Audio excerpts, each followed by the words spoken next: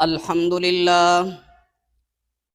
للہ وحدہ لا شریک لہ والصلاة والسلام علی من لا نبی بعدہ وعلی آلہ واصحابہ الذین اوفوا عہدہ اما بعد اللہم صلی علی محمد وعلی آل محمد کما صلیت علی ابراہیم وعلی آل ابراہیم انک حمید مجید اللہم بارک علی محمد وعلی آل محمد کما بارکت علی ابراہیم وعلی آل ابراہیم انک حمید مجید۔ روافظ برادری اپنا من گھڑت اور خود ساختہ کلمہ قرآن کریم سے ثابت کرنے کی ناکام کوشش میں مصروف یہ کہتے ہوئے نظر آتے ہیں، یہ سورۃ المائدہ کی آیت نمبر 55 کا سہارا لیتے ہیں۔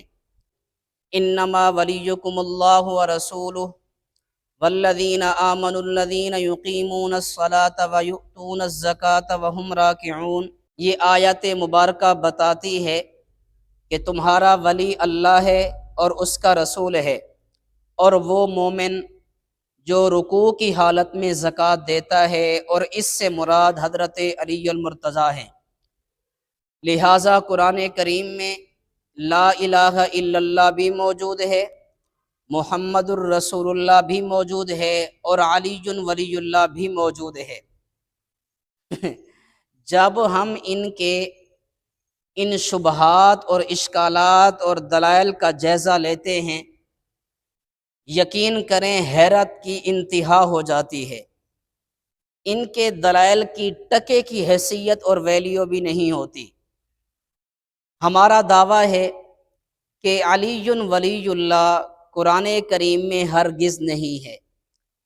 ہمارا دعویٰ ہے کہ علی ولی اللہ قرآن کریم میں ہرگز نہیں ہے۔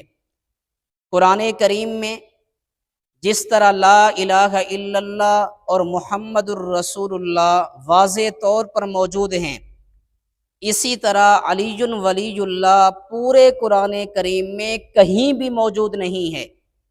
یہ قرآن کریم پر صریح جھوٹ اور واضح بہتان ہے۔ پیش کردہ آیت مبارکہ پر آپ ذرا غور کیجئے اور انصاف سے بتائیے کہ یہاں آیت مبارکہ میں علی ولی اللہ موجود ہے۔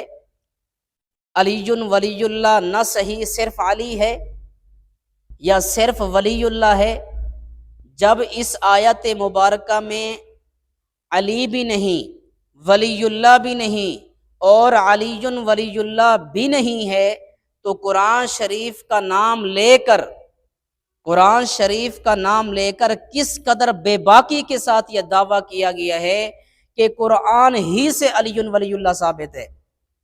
جو شخص اس جھوٹ کو سچ ثابت کر دکھائے اور الحم سے والناس پورے قرآن کریم سے جس طرح لا الہ الا اللہ واضح موجود ہے، محمد الرسول اللہ موجود ہے، اسی طرح علی ولی اللہ پورے قرآن کریم سے دکھا دے، اسے منہ مانگا انعام دیا جائے گا۔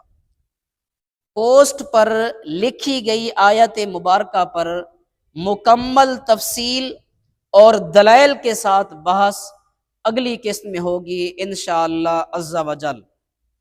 تو ہمیں اجازت دیجیے، اللہ تعالی ہم سب کا حامی و ناصر ہو۔